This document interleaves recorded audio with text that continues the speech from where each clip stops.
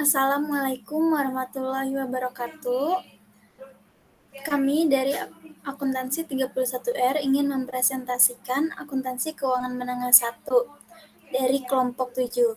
Saya, Balkis Aisyah Handayani dengan NIM 2020 1211034 dan teman saya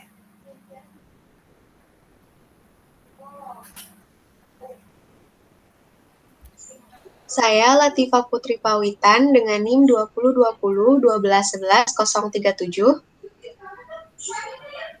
Saya Intan Jagita Putri dengan NIM 2020 1211008. dengan dosen Akuntansi Keuangan Menengah 1 yaitu Bapak Dr. Sparta SE.ME AKCA. Hari ini kita akan membahas chapter 8, penilaian persediaan pendekatan dasar biaya. Tujuan pembelajarannya adalah mengidentifikasi klasifikasi penting dari persediaan, membedakan antar sistem persediaan perpetual dengan sistem persediaan periodik, mengidentifikasi pengaruh kesalahan persediaan terhadap laporan keuangan, memahami pos-pos yang harus dimasukkan sebagai biaya persediaan, menjelaskan dan membandingkan asumsi arus biaya yang digunakan dalam menghitungkan persediaan. Di sini ada penilaian persediaan. Di klasifikasi dan pengendalian persediaan itu ada klasifikasi, arus biaya, pengendalian, penilaian persediaan, dan untuk barang-barang fisik yang dimasukkan dalam persediaan, barang dalam perjalanan, barang konsinyasi, perjanjian penjualan khusus, kesalahan persediaan. Sedangkan untuk biaya-biaya yang dimasukkan dalam persediaan, ada biaya produk, biaya periode, dan diskon pembelian. Yang terakhir ada asumsi arus biaya, itu terdiri dari identifikasi khusus, biaya rata-rata, FIFO, rangkuman analisis. Untuk persediaan, klasifikasi persediaan adalah item yang dimiliki untuk dijual, barang yang akan digunakan atau dikonsumsi untuk dalam membuat barang yang akan dijual, bisnis yang berhubungan dengan persediaan yaitu ada perusahaan dagang atau perusahaan manufaktur. Selanjutnya, klasifikasi untuk merchandising company, Carrefour Statement of Financial Position, Balance Sheet, Current Asset in Millions, ada inventories, trade receivable, contract asset, prepaid expense and accrued income, current income tax asset, other financial asset, current financial asset, cash and cash equivalent, dan total current asset. Klasifikasinya, satu akun persediaan, membeli barang dagang dalam bentuk yang siap untuk dijual. Selanjutnya ada manufacturing company untuk Nissan, Statement of Financial Position, Balance Sheet, March 31, 2019. Current asset in millions. Di sini ada cash on hand and in banks, trade notes and account receivable, sales finance receivable, securities, merchandise and finished goods, work in process atau IP, raw material and supplies, dan other. Dan allowance for doubtful account dan total current asset. Di sini klasifikasinya memproduksi barang yang akan dijual oleh perusahaan dagang. 3 akun persediaan yaitu bahan baku, bahan dalam proses, dan barang jadi. Selanjutnya ada merchandising company. Di sini terbagi dari inventory, cost of goods purchase, cost of goods sold, lalu ke cost of goods sold. Di sini ada. Sedangkan untuk manufacturing company, dari raw materials, actual materials cost, material used, labor, actual labor cost, labor applied, dan overhead, actual overhead cost, overhead applied. Di sini masuk ke work in process manufacturing company. Selanjutnya ke cost of goods manufactured dan finished good. cost of goods sold. Selanjutnya ada cost of goods available for sale. Di sini ada beginning inventory, cost of goods purchase, cost of goods sold, ending inventory. Di ilustrasi 8.3, arus biaya persediaan perusahaan menggunakan salah satu dari dua jenis sistem untuk mempertahankan inventaris yang akurat. Catatan untuk biaya ini, sistem perpetual atau sistem periodik.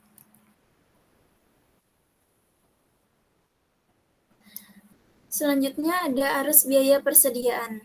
Untuk perpetual system, pertama, pembelian barang dagang untuk dijual atau pembelian bahan baku untuk diproduksi didebet ke persediaan. Yang kedua, biaya transportasi masuk atau freight in didebet ke persediaan. Retur, potongan pembelian, dan diskon pembelian dikredit ke persediaan. Yang ketiga, harga pokok penjualan atau HPP didebet dan mengkredit persediaan untuk setiap penjualan. Dan yang keempat, buku besar pembantu atau persediaan memperlihatkan kuantitas dan biaya dari setiap jenis persediaan yang ada di tangan. Sistem persediaan perpetual menyediakan catatan yang berkelanjutan tentang saldo akun persediaan dan harga pokok penjualan. Untuk periodic system, yang pertama, pembelian persediaan dicatat dengan mendebet akun pembelian. Yang kedua, persediaan akhir ditentukan dengan melakukan perhitungan fisik. Yang ketiga, harga pokok penjualan atau cost of goods sold. Di sini ada beginning inventory untuk 100 unit at $6 sama dengan $600. Purchase 900 unit at $6 sama dengan $5.400. Sales 600 unit at $12 sama dengan $7.200. Dan ending inventory untuk 400 unit seharga $6 sama dengan $2.400. Selanjutnya ada barang dan biaya termasuk dalam persediaan. Di sini ada beberapa barang dan biayanya. Yang pertama, barang termasuk dalam persediaan. Sebuah perusahaan mengakui persediaan dan hutang pada itu mengendalikan aset.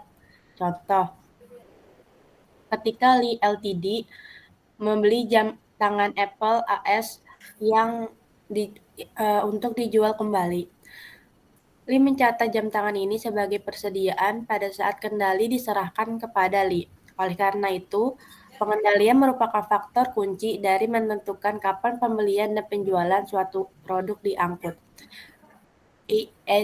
IASB menunjukkan bahwa Lee mengontrol jam tangan Apple ketika ia memiliki kemampuan untuk mengarahkan penggunaan dan memperoleh secara substansial semua manfaat dari jam tangan ini.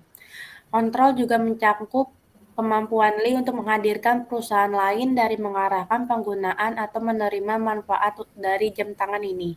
Next. Barang yang kedua, itu barang dalam transit. Seringkali perusahaan seperti LG atau KOR membeli barang dagangan yang masih dalam perjalanan sampai belum diterima sampai pada akhir periode fiskal. Akuntansi untuk barang-barang yang dikirim ini tergantung pada siapa yang mengendalikan barang dagangan. Dalam situasi ini, perusahaan umumnya menentukan kontrol berdasarkan siapa yang memiliki hak legal atas barang dengan menerapkan aturan passage the title. Jika pemasok mengirimkan barang ke titik pengiriman LG atau FOB, hak milik berpindah ke LG ketika pemasok mengirimkan barang ke pengangkut umum yang bertindak sebagai agen untuk LG, atau singkatan FOB berarti gratis di kapal.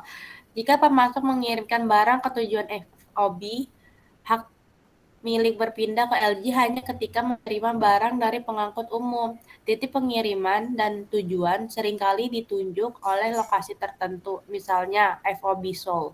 Next. Yang ketiga, itu ada barang konsinyasi. Perusahaan memasarkan produk tertentu melalui konsinyasi. Di bawah pengaturan ini, sebuah perusahaan seperti William Art Gallery atau pengirim barang mengirimkan berbagai barang seni ke Sotheby's Holding (IS), penerima barang, yang bertindak sebagai agen William yang menjual barang konsinyasi. Sotheby's setuju untuk menerima barang tanpa kewajiban apapun, kecuali untuk berhati-hati dan memberikan perlindungan yang wajar dari kehilangan atau kerusakan, hingga Sotheby menjual barangnya kepada pihak ketiga.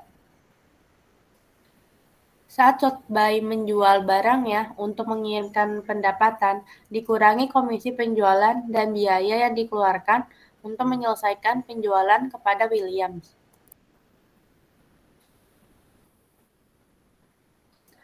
Lalu barang di luar konsinyasi tetap menjadi milik pengirim atau Williams.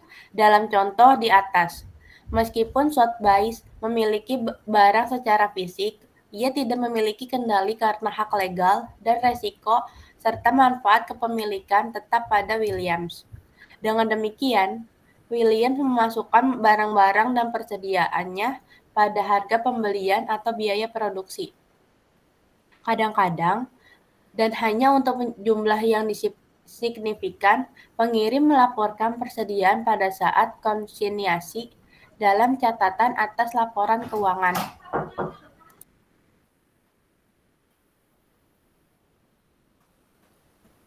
Barang yang ketiga, itu perjanjian penjualan khusus. Seperti yang telah kita tunjukkan sebelumnya, pengalihan hak kepemilikan adalah umum yang digunakan untuk menentukan apakah suatu perusahaan harus memasukkan suatu barang ke dalam persediaan. Sayangnya, pengalihan hak legal dan substansi yang mendasari transaksi terkadang tidak cocok. Misalnya, hak milik yang sah mungkin telah berpindah ke pembeli.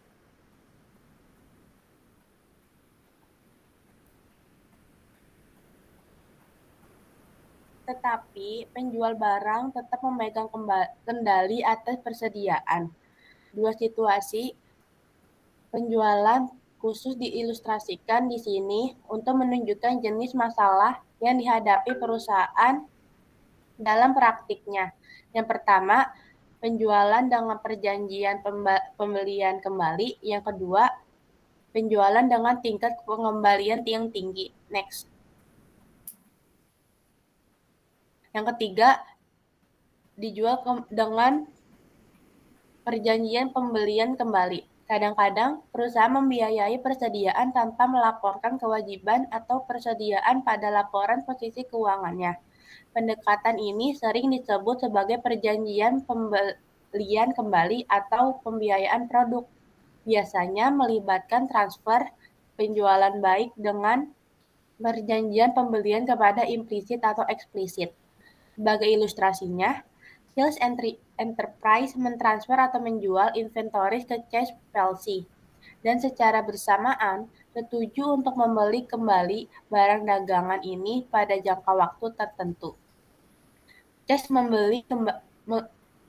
kemudian menggunakan inventaris sebagai jaminan dan meminjamnya.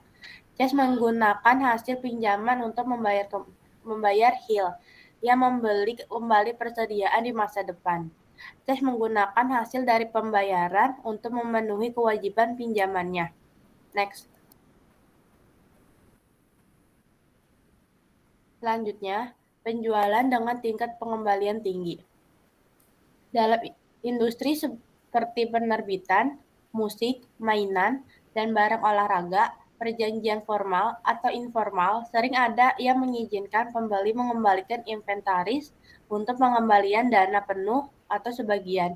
Sebagai ilustrasi, Quality Publishing Company menjual buku teks ke toko buku kampus dengan kesepakatan bahwa kampus dapat mengembalikan kredit penuh untuk buku yang tidak terjual. Secara historis, toko buku kampus mengembalikan sekitar 25% buku teks dari quality publishing. Bagaimana seharusnya quality publishing melaporkan transaksi penjualannya? Pertanyaan kunci untuk menentukan apakah suatu penjualan terjadi adalah apakah penerbitan kualitas mengalihkan kendali atas barang-barang ini ke toko buku kampus? Karena toko buku kampus sekarang memiliki kemampuan untuk mengarahkan penggunaan dan memperoleh secara substansial semua manfaat dari buku teks ini. Transaksi ini biasanya dicatat sebagai penjualan oleh quality publishing. Next. Selain itu, indikator normal untuk pengalihan kendali, seperti peralihan hak ilegal, hilangnya kendali fisik, dan pengalihan resiko dan imbalan kepemilikan, tampaknya telah terjadi. Namun penerbitan kualitas juga harus mengakui bahwa hanya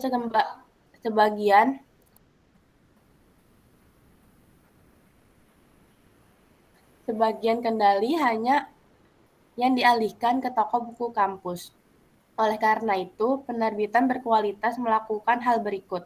Yang pertama, catat pendapatan penjualan pada jumlah yang diharapkan akan diterima dari transaksi. Transaksi ini melibatkan pertimbangan variabel dan oleh karena itu, harga transaksi disesuaikan untuk mengakui bahwa sebagian dari buku teks akan dikembalikan.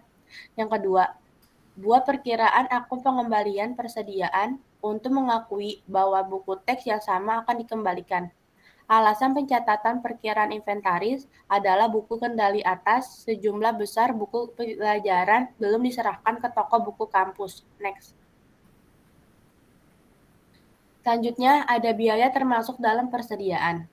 Biaya ini salah satu masalah penting yang harus dihadapi dalam menangani persediaan menyangkut jumlah dolar untuk membawa persediaan ke dalam rekening. Perusahaan umumnya memperhitungkan perolehan persediaan seperti aset lainnya berdasarkan biaya. Next. Biaya termasuk dalam persediaan itu ada beberapa biaya. Yang pertama, biaya produk. Biaya produk adalah biaya yang melekat pada persediaan. Akibatnya, perusahaan mencatat biaya produk dalam akun persediaan. Biaya ini berhubungan langsung dengan membawa barang ke tempat usaha pembeli dan mengubah barang tersebut menjadi kondisi yang dapat dijual.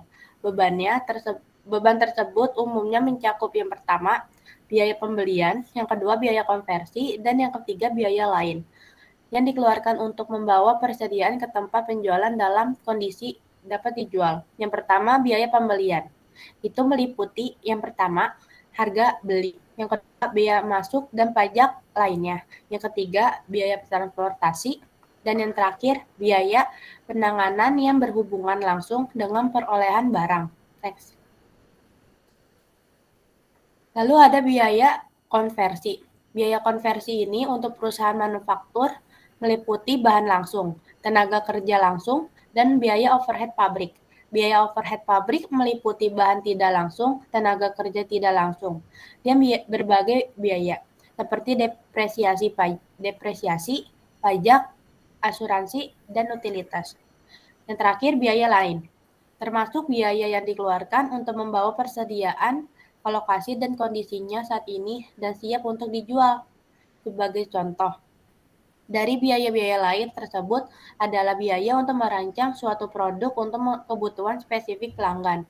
Misalnya, jika pelanggan Lenovo CHM meminta agar komputer yang akan dijual di Eropa memiliki adaptor power tambahan yang kompatibel dengan sumber daya Eropa, biaya untuk merancang adapter multisumber akan disertakan dalam biaya komputer. Next.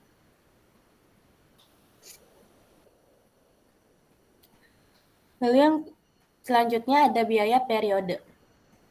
Biaya periode ini adalah biaya secara tidak langsung berhubungan dengan perolehan atau produksi barang.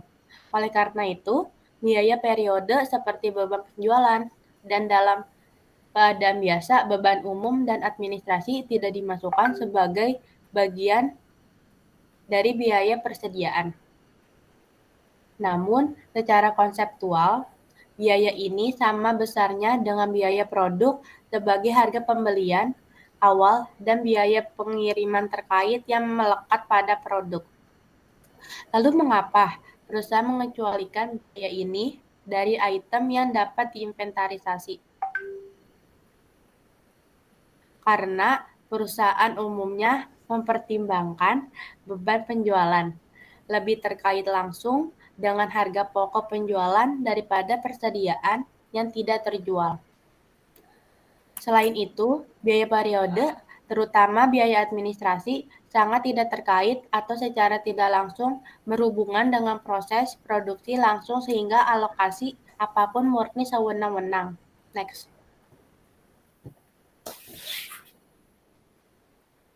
Biaya periode. Bunga ini adalah biaya periode lain. Perusahaan biasanya membebankan biaya bunga yang terkait dengan penyiapan persediaan untuk dijual. Pendukung pendekatan ini berpendapat bahwa biaya bunga benar-benar merupakan biaya pembiayaan. Yang lain berpendapat bahwa biaya bunga yang dikeluarkan untuk membiayai aktivitas yang terkait dengan menyiapkan persediaan untuk dijual sama besarnya dengan biaya aset seperti bahan, tenaga kerja, dan overhead. Oleh karena itu, mereka beralasan perusahaan harus mengkapitalisasi biaya bunga. Next. Selanjutnya, next.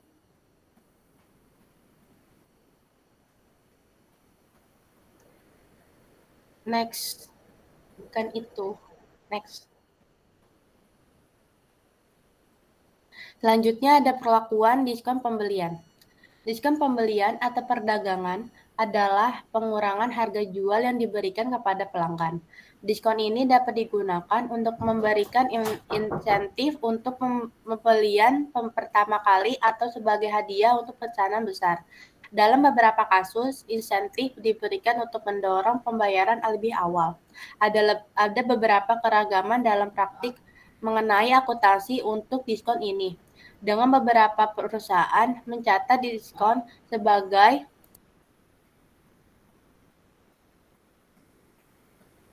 sebagai perusahaan persediaan, sementara yang lain memperlakukan diskon sebagai pendapatan. Berkenaan dengan pembukuan yang berkaitan dengan diskon pembelian, penggunaan akun diskon pembelian dapat sistem persediaan periodik, menunjukkan bahwa perusahaan melaporkan pembelian dan hutang dagangnya sebesar jumlah bruto.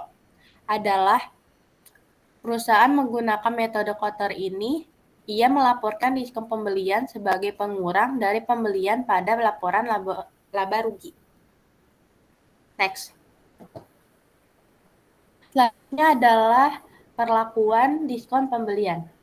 Dalam pendekatan lain adalah mencatat pembelian dan hutang usaha pada jumlah setelah dikurangi diskon tunai. Dalam pendekatan ini, perusahaan mencatat kegagalan untuk mengambil diskon pembelian dalam periode diskon dalam akun diskon pembelian yang hilang. Jika perusahaan menggunakan metode bersih ini, ia menganggap diskon pembelian yang hilang sebagai beban keuangan dan melaporkannya di bagian penghasilan dan beban lain dari laporan laba rugi. Next. Ini adalah contoh perlakuan diskon pembelian. Ada dua metode. Yang pertama gross method dan yang kedua net method. Gross method ini sebelum diakuinya diskon pembelian, tapi net method ini sudah diakuinya diskon pembelian. Yang pertama itu purchase cost $10.000, terms 2/10, net 30. Jadi kalau yang gross method ini, dia kan belum diakui diskon pembeliannya. Jadi jurnalnya purchase 10.000 di debit terhadap account payable 10.000 di debit. Jadi diskonnya belum terhitung kalau yang di gross method. Sedangkan yang di net method itu sudah terhitung atau sudah diakui diskonnya. Jadi purchase 9.800 terhadap di debit terhadap account payable di kredit 9.800 itu dari 10.000 dengan terms 2/10 net 30. Yang kedua itu ada invoice $4.000 unpaid within the discount period.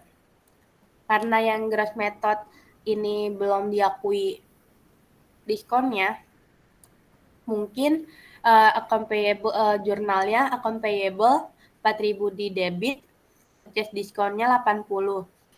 Karena sudah diketahui diskonnya 80, jadi udah ditulis, jadi cashnya 4.000 dikurang 80, jadi dikredit 3.920.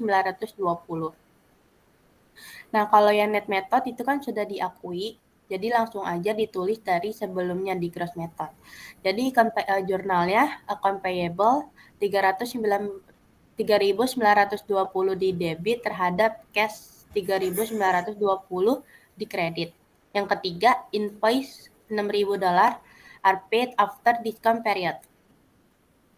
Sama seperti sebelumnya, gross method belum diakui, jadi jurnalnya account payable itu 6.000 di debit terhadap cash 6.000 di kredit. Nah, kalau yang net method ini, dia udah diakui, jadi diskonnya dihitung. Jadi jurnalnya account payable 5.580 terhadap purchase diskon 120 itu dari 6.000 dikurang 580, jadi diskonnya 120 di debit. Jadi cashnya 6.000. Next. Lalu ada asumsi arus biaya apa yang harus digunakan. Yang pertama itu identifikasi khusus, lalu ke biaya rata-rata, lalu ke FIFO. Asumsi arus biaya yang dipakai tidak harus sama dengan pergerakan fisik barang. Metode yang diadopsi adalah asumsi yang paling mencerminkan laba periodik sesuai kondisi yang berlaku. Next. Asumsi arus kasnya ada ilustrasi call Mart Inc. melakukan transaksi berikut selama bulan pertama operasinya. Jadi di sini ada tanggal dari bulan Maret tanggal 2 Maret sampai tanggal 30 Maret dia mempurchase tanggal 2 Maretnya itu 2.000 dikali $4. Terus balance-nya 2.000 units. Lalu yang 15 Maret itu purchase-nya 6.000 dikali $4,4 itu balance-nya 8.000 units. Lalu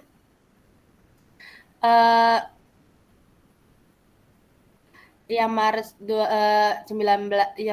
Maret ini terjual atau terisius itu 4.000 unit, jadi balance-nya tetap 4.000 unit karena dia terjual. Lalu yang tanggal 30 Maretnya membeli 2.000 dikali $4,75 itu balance-nya 6.000 units.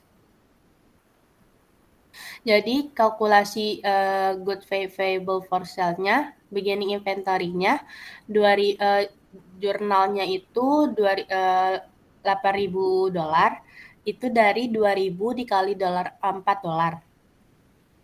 Lalu membeli 6.000 dikali $4,4 itu hasilnya 26.400. Lalu membeli yang kedua itu 2.000 kali $4,75 itu pada tanggal 30 Maret itu hasilnya 9.500. Jadi goods available for sale-nya dari 8.000 ditambah 26.400 ditambah 9.500 itu menjadi $43.900. Next. Lalu identifikasi khusus, ada ilustrasinya. Diasumsikan bahwa 6.000 unit persediaan Call Mart Inc. terdiri dari 1.000 unit yang berasal dari pembelian tanggal 2 Maret, 3.000 unit dari pembelian tanggal 15 Maret, dan 2.000 unit dari pembelian tanggal 30 Maret. Ini ada tanggal-tanggalnya. Tanggal 2 Maret sampai 30 Maret. Terus ada unitnya. Tanggal 2 Maret itu dengan unit 1.000, biaya unitnya $4. Jadi total unitnya $4 dikali 1.000 unit itu 4.000 biaya. Terus yang tanggal 15 Maretnya ini ada 3.000 unit, terus ada biaya unitnya $4,4. Jadi total cost unitnya 13.200. Lalu tanggal 30 Maretnya ada 2.000 unit, biaya unitnya itu 4,75. Jadi total biayanya 4,75 dikali 2.000 itu 9.500. Jadi ending inventory-nya ditotalin yang unitnya aja 1.000 ditambah 3.000 ditambah 2.000 itu $6.000. Lalu yang ditotalin lagi di ending inventory-nya sama total cost-nya, total biaya. Itu dari 4.000 ditambah 13.200 ditambah 9.500 jadi 26.700. Nah, karena sudah dihitung, jadi dibuat jurnal. Jurnalnya itu cost of goods available for sale-nya itu 43.900 dari compute in previous section-nya. Terus deduct ending inventory-nya 26.700 itu dari ending inventory total cost-nya, total keseluruhan total cost-nya. Terus sama masukin jurnal cost of goods sold atau COGS itu selisih dari cost of goods available for sale dikurang ending inventory, jadi 43.900 dikurang 26.700 itu 17.200. Next. Nah, selanjutnya kan itu yang pertama identifikasi khusus. Langkah selanjutnya itu ke biaya rata-rata atau menggunakan metode weighted average. Di sini ada data invoice, no unit, unit cost, sama total cost, sama seperti sebelumnya. Dimulai dari 2 Maret sampai 30 Maret. Di 2 Maret ini terdapat 2.000 unit, total lalu ada biaya unitnya $4, jadi total biayanya 2.000 dikali $4 itu $8.000. Lalu yang 15 Maretnya terdapat 6.000 unit, biaya unitnya $4,4, jadi total biayanya 6.000 dikali 4,4 itu 26.400. Lalu tanggal 30 Maretnya itu terdapat 2.000 unit. Jadi lalu biaya unitnya $4,75. Jadi total unitnya 9.500 itu dari 2.000 dikali $4,75. Lalu total goods available-nya itu yang dijumlahin nomor unit sama total biayanya. Jadi total total units-nya itu 10.000 dari 2.000 ditambah 6.000 ditambah 2.000. Nah, total biayanya itu keseluruhan 43.900 itu dari 8.000 ditambah 6.400 ditambah 9.500. Nah, biaya rata-rata cost per unitnya ini pakai cara total cost dibagi dengan nomor unit. Jadi 43.900 dibagi 10.000 itu biaya rata-rata cost per unitnya hasilnya $4,39. Nah, selanjutnya ada inventory in unitnya kan 6.000 unit. Itu berarti tanggal 15. Berarti ending inventory-nya 6.000 dikali 4,39. 4,39 itu dari biaya rata-rata cost per unit.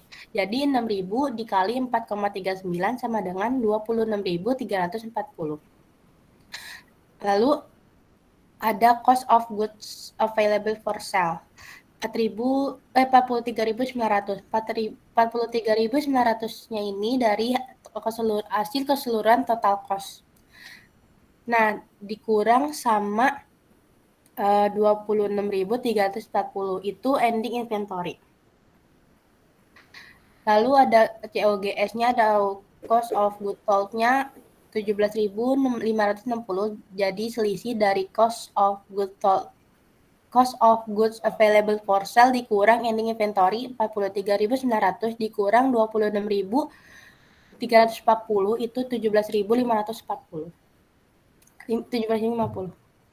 Lalu ada biaya rata-rata dengan pakai metode moving average. Di sini masih sama aja, kayak ada date, tanggal pembelian, menjual atau balance-nya. Dari tanggal 2 Maret sampai 30 Maret. Dia membeli 2.000 unit dikali $4 itu hasilnya kan $8.000. Lalu balance-nya 8.000. Tanggal 15 Maret dia membeli 6.000 dikali $4,4 itu balance-nya 26.400. Tanggal 19 Maret itu dia menjual 4.000 dikali $4,3 itu 17.200. Tanggal 30 Maret itu 2.000, dia membeli 2.000 dikali 4,75 itu balance-nya 9.500. Nah, ngebalance-nya ini yang tanggal 8 Maret yang ngebalance-nya ini dia kayak kan yang pertama dia pakai data yang 2 Maret 2.000 dikali $4 itu 8.000. Nah, data yang kedua bukan pakai yang 6.000 dikali $4,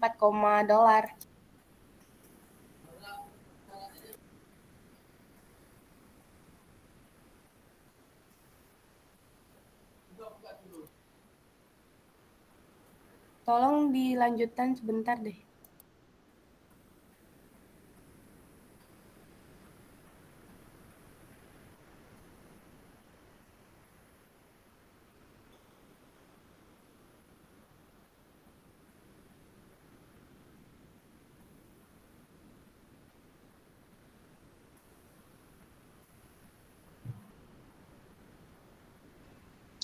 Pada tanggal 19 Maret, dia itu ngejual sebanyak 4.000 unit dengan harga 4,3. Nah, itu totalnya 17.200. Maka balance-nya itu unit yang masih tersisa itu 17.200. Tanggal 30 Maret, dia membeli barang 2.000 unit dengan harga 4,75. Totalnya 9.500. Maka balance tanggal 30 Maret itu sisa unitnya tinggal 26.700. Pada metode ini, Colmart menghitung biaya rata-rata per unit baru setiap melakukan pembelian.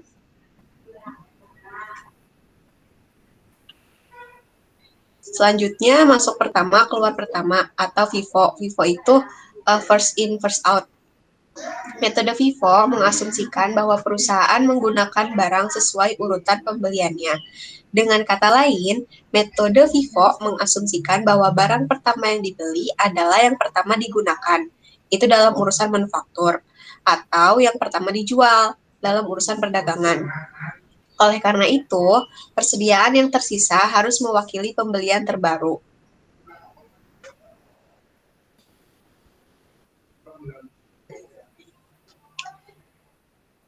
Nah, jadi kan perusahaan menggunakan barang dalam urutan pembeliannya.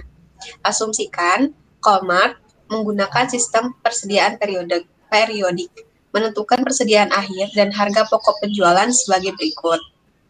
Tanggal 30 Maret, dia punya 2.000 unit. Dengan cost-nya itu, biayanya itu 4,75. Maka total cost-nya 9.500. Tanggal 15 Maret, dia punya 4.000 unit dengan biaya per unitnya itu 4,4. Total cost-nya 17.600. Maka ending inventory-nya dia punya 6.000 unit dengan total cost 27.100. Cost of good available for sale totalnya 43.900. Dikurangi ending inventory. Ending inventory-nya itu 27.100. Maka COGS-nya 16.800. Next. Berikut menunjukkan persediaan berdasarkan sistem perpetual berbasis FIFO untuk Walmart. Ini melampirkan angka biaya untuk setiap penarikan. Pada tanggal 2 Maret, Walmart ini membeli 2.000 unit dengan biaya per unitnya itu 4 euro. Totalnya 8.000. Balance-nya itu yang 2.000 dikali 4 euro sama dengan 8.000. Pada tanggal 15 Maret, si Walmart ini dia beli barang lagi nih, 6.000 unit dengan harga per unitnya itu 4,4. Biayanya itu 26.400. Maka total akhirnya itu dia itu harganya nggak disatuin, dibedain gitu. Jadi yang 2.000 unit dikali 4 euro, yang 6.000 tetap dikali 4,4 euro. Maka totalnya 34.400. Tanggal 9 Maret, dia itu menjual barang sebanyak 4.000 barang. Nah, yang dijual pertama itu yang harganya 4. Kan ada 2.000 unit tuh. Nah, sisanya 2.000 unit lagi, dia keluarin barang yang harganya 4,4. Maka total yang terjualnya itu 16.800. Balance di tanggal 19 Maret, total unit yang tersisanya tuh jadi yang terjualnya itu kan 4.000 dengan harga 4.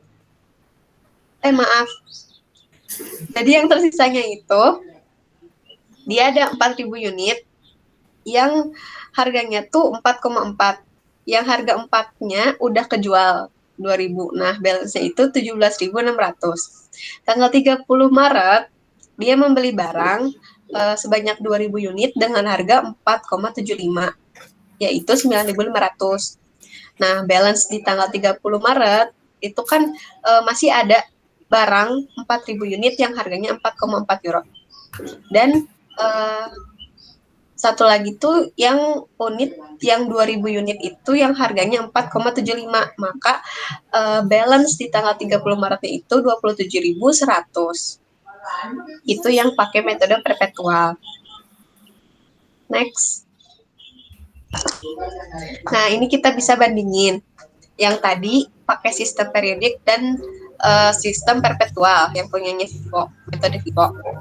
Dengan menggunakan FIFO, jumlah yang dilaporkan untuk persediaan akhir dan harga pokok penjualan akan sama pada akhir bulan, baik menggunakan sistem perpetual atau periodik. Nah, kita bisa lihat ending inventory-nya itu sama. Yang periodik ending inventory-nya 2.700. Nah, yang perpetual juga sama, ending inventory-nya 2.700. Dan COGS-nya pun sama-sama 16.800. Selanjutnya, tujuan atau manfaat FIFO adalah yang pertama untuk memperkirakan aliran fisik barang. Metode FIFO mendekati identifikasi spesifik sehingga dapat mencegah manipulasi pendapatan. Yang kedua, persediaan akhir mendekati biaya saat ini. Jumlah persediaan akhir terdiri dari pembelian terakhir. Metode FIFO gagal untuk mencocokkan biaya saat ini dengan pendapatan saat ini pada laporan laba rugi. Sebuah perusahaan membebankan biaya tertua terhadap pendapatan yang lebih saat ini. Mungkin mendistorsi laba kotor dan laba bersih. Jadi nanti laba kotor atau laba bersihnya tuh kayak menyimpang gitu. Nah, selanjutnya, perusahaan sering menggabungkan metode persediaan. Misalnya, pada Nestle menggunakan FIFO untuk persediaan bahan bakunya dan menetapkan harga sisanya menggunakan biaya rata-rata. Jika kondisi menunjukkan bahwa metode penetapan harga persediaan yang digunakan tidak sesuai, perusahaan harus secara serius mempertimbangkan semua kemungkinan lain sebelum memilih metode lain. Ini harus dengan jelas menjelaskan setiap perubahan dan pengungkapan pengaruhnya pada laporan keuangan. Selanjutnya, metode penilaian persediaan, analisis ringkasan. Ringkasan singkat dari dua metode arus biaya persediaan yang umum digunakan untuk menunjukkan pengaruh metode penilaian ini terhadap laporan keuangan. Nah, ini data-data yang terpilih, ada beginning cash balance 7.000, beginning retained earning 10.000, beginning inventory itu 4.000 unit dikali 3 euro adalah 12.000. Terus purchase 6.000 unit dikali 4 euro sama dengan 24.000. Sales 5.000 unit dikali 12 euro sama dengan 60.000. Operating expense 10.000. Income tax rate 40%.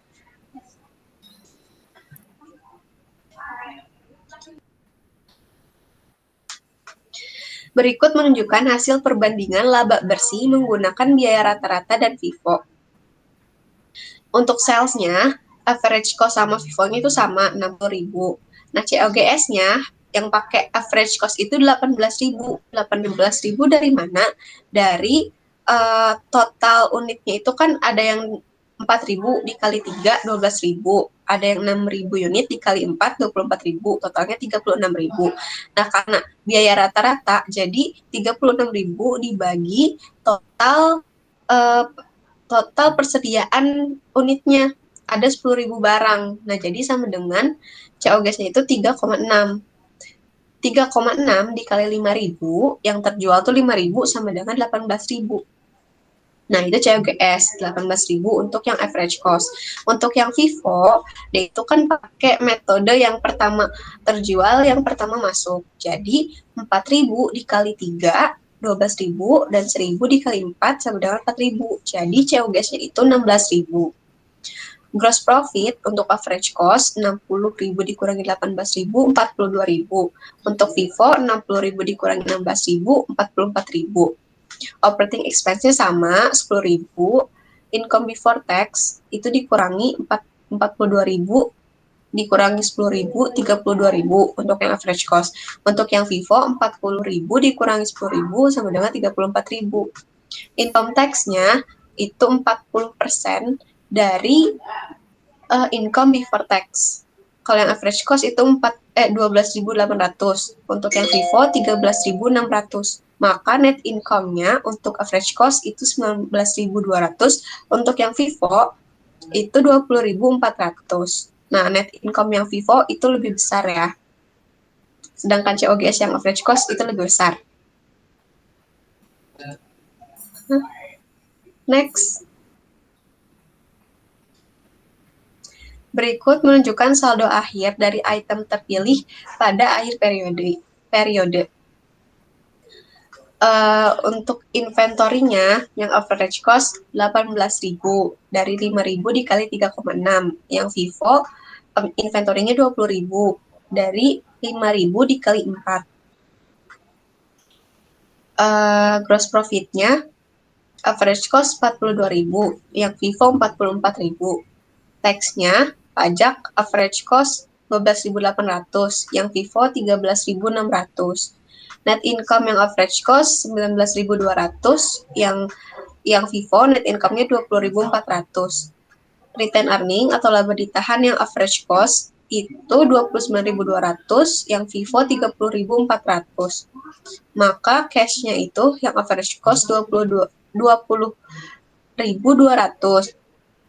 Itu dari 7.000 ditambah 60 dikurang 24.000 dikurangi 10 dikurangi 12.800, maka 20.200.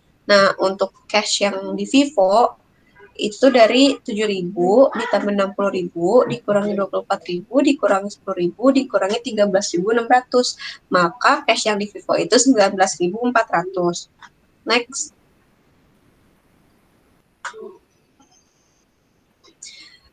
Selanjutnya, pengaruh kesalahan persediaan. Yang pertama itu kesalahan penyajian persediaan akhir. Berikut pengaruh yang dihasilkan pada laporan keuangan pada akhir periode. Di SOFP, inventorinya kalau dikecilkan, maka return earning-nya juga dikecilkan. Dan working capital-nya dikecilkan juga. Current ratio-nya juga dikecilkan. Kalau di income statement, kalau COGS-nya dilebih-lebihkan, maka net income-nya nanti jadi dikecilkan.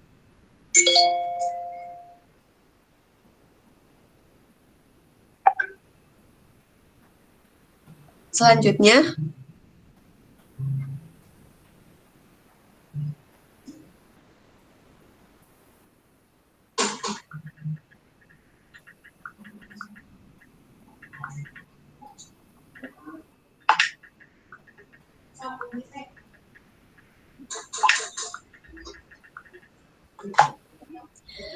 Mengilustrasikan efek pada laba bersih selama periode 2 tahun dari 2020 sampai 2023.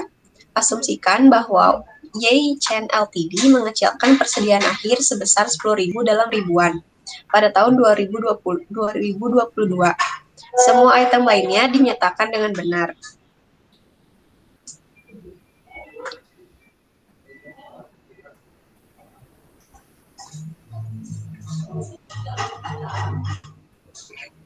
Nah, jadi yang tahun 2022 itu ada kesalahan dalam mencatat persediaan.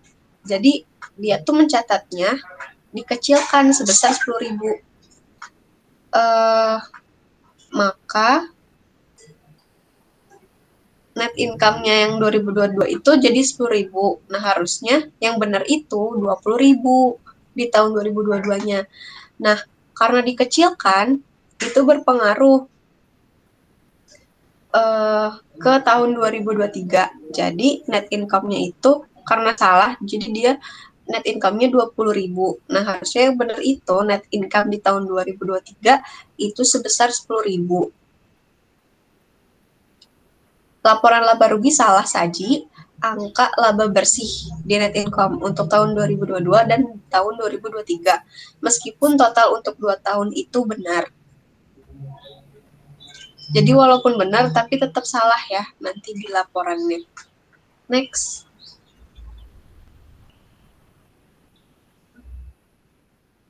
Yang kedua itu kesalahan penyajian pembelian dan persediaan.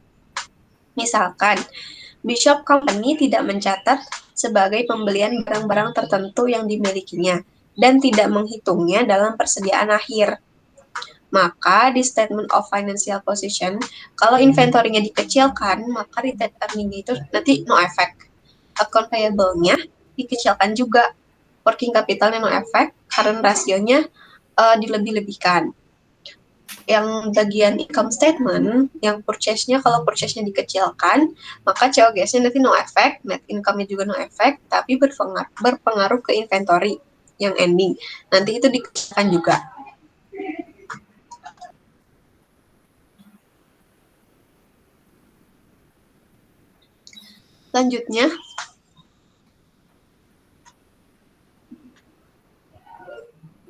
Selanjutnya mengilustrasikan efek pada rasio lancar.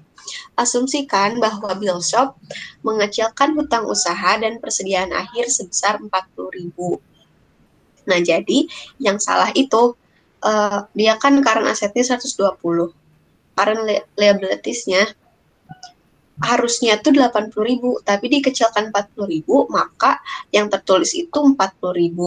Maka current rasionya itu 3:1. Current rasio itu dari mana? Dari current asset banding current liabilities. Jadi 3:1. Nah, harusnya yang benar itu current assetnya itu 160.000. Current liabilities-nya 80.000. Jadi harusnya 2:1. Selanjutnya, asumsi aliran biaya LIFO. Asumsi aliran biaya LIFO. Kalau yang tadi kita bahas FIFO, sekarang LIFO.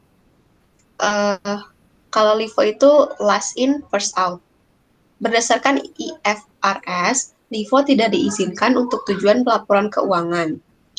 IASB mencatat bahwa penggunaan LIFO menghasilkan persediaan yang diakui dalam laporan posisi keuangan pada jumlah yang mungkin memiliki sedikit hubungan dengan tingkat biaya persediaan saat ini. Dewan menyimpulkan bahwa tidak tepat untuk mengizinkan pendekatan yang menghasilkan pengukuran laba rugi untuk periode yang tidak konsisten dengan pengukuran persediaan dalam laporan posisi keuangan. LIFO diizinkan untuk tujuan pelaporan keuangan di Amerika Serikat, diizinkan untuk tujuan pajak di beberapa negara, dan penggunaannya dapat menghasilkan penghematan pajak yang signifikan. Selanjutnya, mencocokkan biaya barang terakhir yang dibeli dengan pendapatan. Colmart memiliki transaksi berikut di bulan pertama operasinya. Nah, kayak gitu pokoknya. Next. Nah, berikut menunjukkan bagaimana Colmart menghitung persediaan dan harga pokok penjualan terkait dengan menggunakan metode persediaan periodik. Tanggal 2 Maret, itu kan 2000 unit per cost-nya 4 euro. Total cost-nya 8.000. Tanggal 15 Maret, dia punya 4.000 unit dengan harga 4,4. Total cost-nya 17.600. Ending inventory-nya 6.000 unit dengan total cost 25.600. Good available for sale itu sebanyak 43,900. Dikurangi ending inventory sebesar 25.600.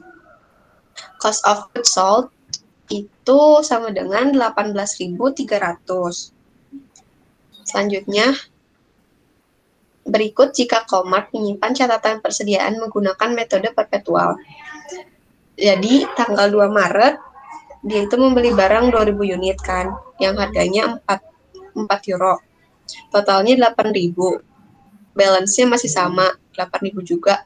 2.000 unit yang harganya 4 euro. Tanggal 15 Maret, dia beli barang 6.000 unit dengan harga per unitnya itu 4,4. Jumlahnya 26.400. Balance-nya, jadi yang awal tuh yang 2.000 dengan harga 4 euro dan 6.000 yang baru dibeli dengan harga 4,4. Jadi total balance-nya itu 34.400. Nah, tanggal 19 Maret, dia itu ngejual barang sebanyak 4.000 unit. Nah, karena last in first out, jadi yang pertama terjual tuh yang harga 4,4. Totalnya 17.600. Maka balance yang tersisa itu yang paling awal tuh yang 2.000 unit yang harga 4 itu masih ada. Dan harga yang harga 4,4 itu kan asalnya 6.000. Nah, yang terjual tuh 4.000, jadi sisanya tinggal 2.000 unit yang harga 4,4. Total semua yang kita punya itu 16.800. Tanggal 30 Maret, dia beli barang sebesar 2.000 unit dengan harga 4,75, yaitu 9.500. Nah, jumlah yang kita punya nih tanggal 30 Maret itu kayak yang awal 2.000 unit yang harga 4, terus yang 2.000 unit juga yang harga 4,4, dan yang baru dibeli yang 2.000 unit harganya 4,75. Yang jadi balance-nya 26.300.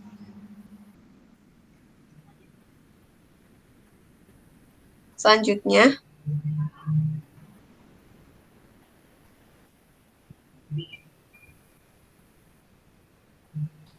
nah ini kita bisa bandingkan yang pakai periodik sama perpetual. Nah, itu tuh hasilnya beda. Ending inventory yang di perpetual itu 25.600, sedangkan yang di metode perpetual tuh 26.300. Nah, kalau pakai LIFO tuh gitu beda. Dan COGS-nya juga beda. COGS yang pakai metode periodik itu 18.300, sedangkan yang di metode perpetual itu 17.600. Selanjutnya,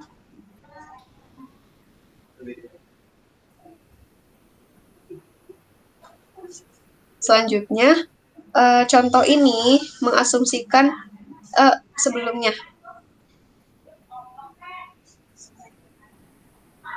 Contoh ini mengasumsikan prosedur persediaan periodik. Ini untuk metode penilaian persediaan, analisis ringkasan. Ini yang periodik, beginning cash balance-nya 7.000, beginning return earnings 10.000, beginning inventory 4.000 unit dengan harga 3 sebanyak 12.000. Ini masih sama sih kayak yang tadi, kayak yang buat perbandingan yang average cost sama LIFO. Ini item-item terpilihnya sama. menunjukkan hasil komparatif atas laba bersih menggunakan biaya rata-rata, FIFO, dan LIFO. Nah, kita bakal bandingin ini semua sekarang. Untuk yang average cost sama yang FIFO, tadi kita udah bahas. Nah, ini tinggal yang LIFO nih. Salesnya mesti sama, 60.000. COGS yang LIFO itu 20.000. Dari mana? Dari 5.000 unit yang terjual dengan harga 4. Itu 20.000. Nah, itu COGS-nya 20.000. Kalau gross profit-nya 40, operating expense 10, income before tax 40 kurangi 10 sama dengan 30.000, income tax 40% dari 30.000 itu 12.000. Nah, net income-nya yang untuk yang LIFO itu 18.000. Nah, itu hasil perbandingan metode biaya rata-rata biaya metode yang pakai biaya rata-rata, FIFO, dan LIFO. Nah, di sini kita lihat net income yang paling kecil itu 18.000. Sedangkan COGS yang paling besar itu 20.000. Nah, itu tuh sama-sama punyanya LIFO. Nah, untuk yang paling kalau net income yang paling besar itu FIFO, yang paling kecil tadi LIFO. Untuk COGS yang paling kecil itu punyanya FIFO 16.000. Next. Nah, ini menunjukkan saldo akhir item yang dipilih pada akhir periode. Tadi kita udah bahas kan yang average cost sama yang FIFO. Itu cash di average cost 20.200, yang di FIFO 19.400. Nah, yang di LIFO cashnya itu dari 7.000 tambah 60 dikurangi 24.000 dikurangi 10.000 sama dengan 12.600. LIFO menghasilkan saldo kas tertinggi pada akhir tahun karena pajaknya lebih rendah. Contoh ini mengasumsikan bahwa harga sedang naik. Hasil sebaliknya terjadi jika harga turun.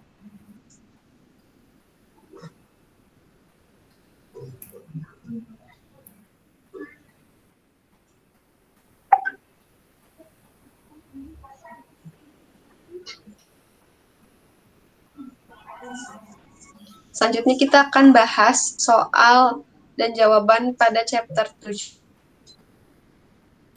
Jadi, di E7,7 ini, recording bad debts. Duncan melaporkan informasi keuangan berikut sebelum penyesuaian. Nah, instruksinya, buatlah ayat jurnal untuk mencatat beban piutang tak tertagih dengan asumsi Duncan mengestimasi piutang tak tertagih sebesar yang pertama 5% dari piutang dan B 5% dari piutang.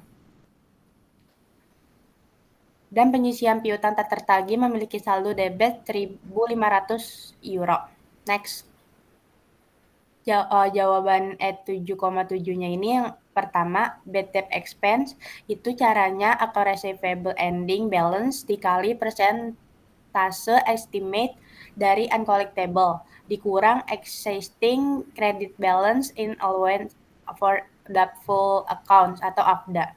Jadi 100.000 dikali 5% dikurang 2.000, itu sama dengan 5.000 dikurang 2.000, itu hasilnya 3.000. Jadi jurnalnya Desember 31, bad debt expense di debit 3.000, terus allowance for doubtful accounts-nya di kredit 3.000. Lalu soal yang kedua, yang B, bad debt expense, receivable ending balance dikali persentase estimate as sebagai uncollectible ditambah, kan yang pertama dikurang, sekarang ditambah existing debit balance in allowance for doubtful account atau AFDA, itu 100.000 dikali 5% ditambah 1.500.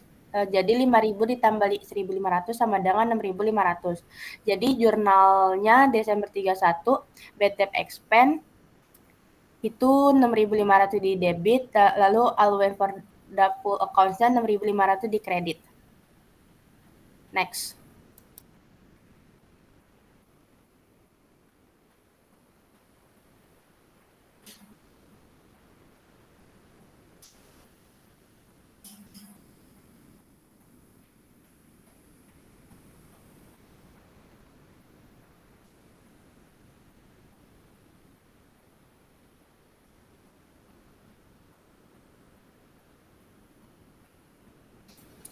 Lalu ya soal yang kedua E715. Soalnya tentang assigning account receivable. Pada 1 April 2019, Prince Company assign $500,000 of its account receivable to the Hiberia Bank, a collateral for $300,000. Lalu the 1 Juli 2019, the statement agreement call for Prince Company to continue to collect the receivable. Hiberia Bank assess a finance charge of 2% of the account receivable and interest on the loan is 10%, a realistic rate of interest for a note of these types. Instruksinya, prepare the 1 April 2019 journal entry for Prince Company. Nyambe, prepare the journal entry for Prince collection of $350,000 of the account receivable during the period from 1 April 2019 through Juni 30 2019. Yang C, 1 Juli 2019, Prince paid Hibernia all the was due from the loan it secured on 1 April 2019. Prepare the journal entry to record this payment. Next.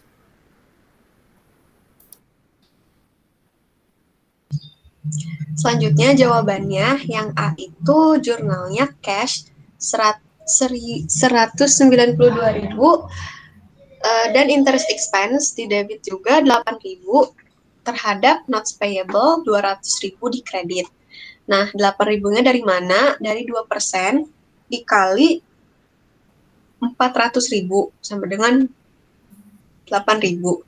Nah, yang B, jurnalnya itu cash 350.000 terhadap account receivable 350.000. Yang C, notes payable itu 200.000 di debit dan interest expense 5.000 di debit itu dari 10.000. 10% dikali 200.000 dikali 3/12 dengan 5.000. Itu yang interest expense di debit terhadap cash sebesar 205.000 di kredit. Next. Selanjutnya soal E723L6. Ini tentang petty cash. The petty cash fund of Tisdale Auto Repair Service, a sole proprietorship contains the following. Coin and currency-nya itu 10,20, postage stamp 7,90, an LOU from Richie Cunningham, an employee for cash advance itu 40, check payable to Tisdale Auto Repairs from Potsi Weber, an employee Mark and SF itu 34, voucher for the following, ada stamp 20.000, ada 2 Premier Cup ticket for Nick Tisdale 170, printer cleaning 14,35. Nah, itu totalnya dari vouchernya itu 204,35. Maka total semuanya itu 296,45. Nah, the general ledger account petty cash has a balance of $300. Instruksinya, prepare a journal entry to record the reimbursement of the petty cash fund.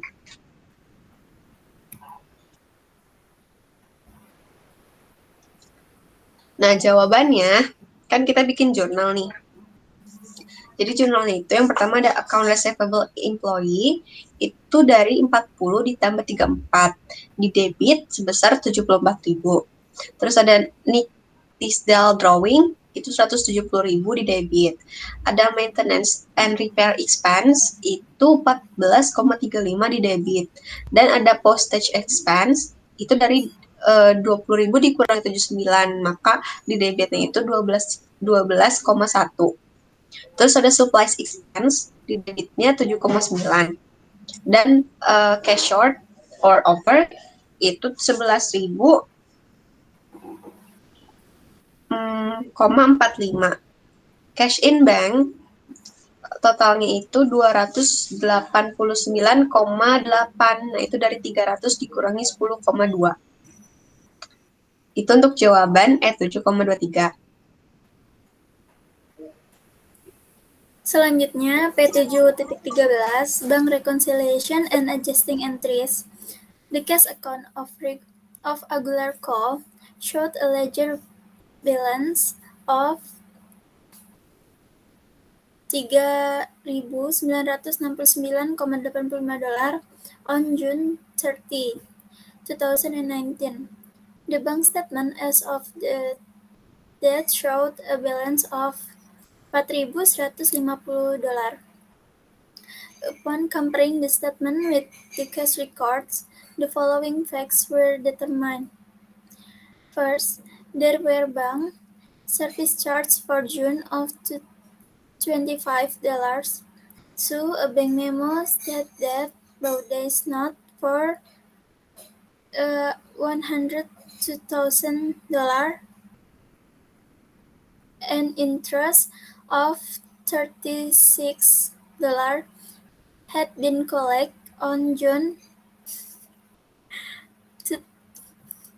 29, and the bank had made a charge of $50 on the collection. No entry had been made on Aguilar's books when Baude's note was sent to the bank for collection. 3. Receipt for June for $3,390 were not deposited until July 2. 4. Check outstanding on June 30 total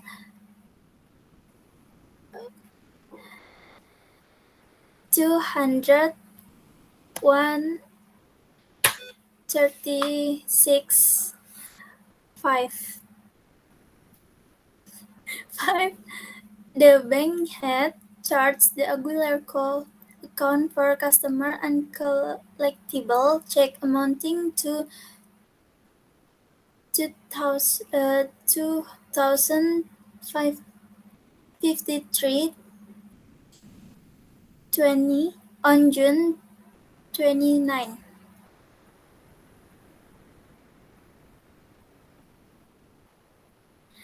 Yang keenam, a customer check for $90 payment on account had been entered as $60 in the cash receipt journal by Aguilar on June 15. Yang ketujuh, cek nomor 742 in the amount of $491 had been entered in cash journal as $419, and cek nomor 747 in the amount of $58,20 had been entered as $582. Both checks had been issued to pay for purchase of equipment.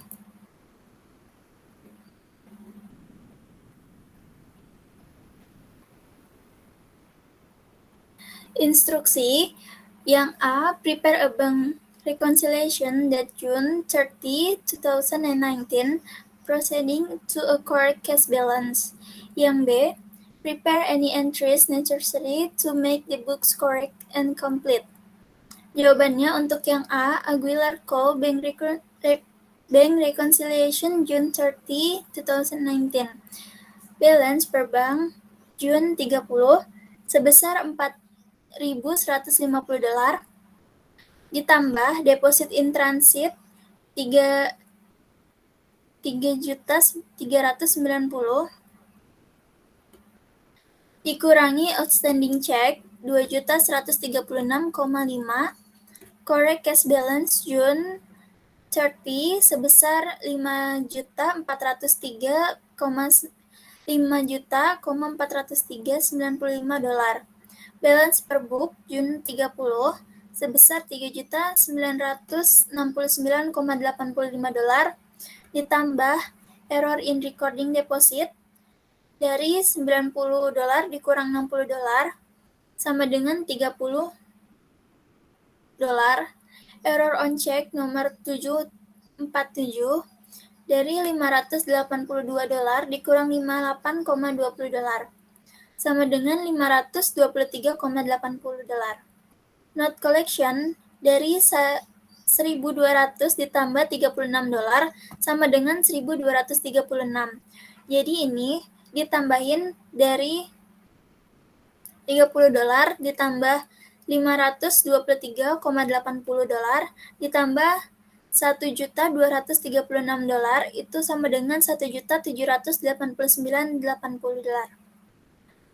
Nah, $1.789,80 ini ditambahin sama hasil yang balance per book. Itu sebesar $3.969,85. Jadi jumlahnya sebesar $5.759,65.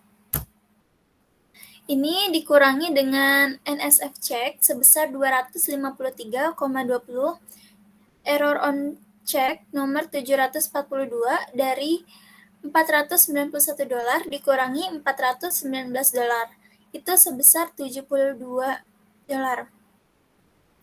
Bank service charge dari $25 ditambah $5,50 hasilnya $30,50. Dari NSF check sampai bank service charge itu ditambahin jadi jumlahnya $355,70. Ini untuk pengurangan. Jadi 5.759,65 dikurang dari jumlah yang NSF check sampai bank service charge itu sebesar $355,70 dengan correct cash balance pada 30 Juni $5.403,95. Dan untuk yang B, cash sebesar $1.789,80, account receivable $30 di kredit, account payable $523,80 di kredit. Diasumsikan bahwa pembelian peralatan dicatat pada harga yang tepat. Jika pembelian tunai langsung, maka peralatan harus dikreditkan, bukan utang usaha. Untuk notes receivable sebesar $1.200.000 di kredit, interest revenue $36 di kredit. Selanjutnya ada account receivable sebesar $253,20 di debit, account payable $72 di debit. Karena pembelian langsung tunai, maka peralatan harus didebit, bukan dihutangkan. Meskipun namanya account payable. Selanjutnya ada office expense atau bank charge, itu sebesar $30,50 dan cash $355,70 di kredit. Sekian presentasi dari kelompok 7. Apabila ada salah-salah kata dan kurangnya mohon dimaafkan. Terima kasih. Wassalamualaikum warahmatullahi wabarakatuh.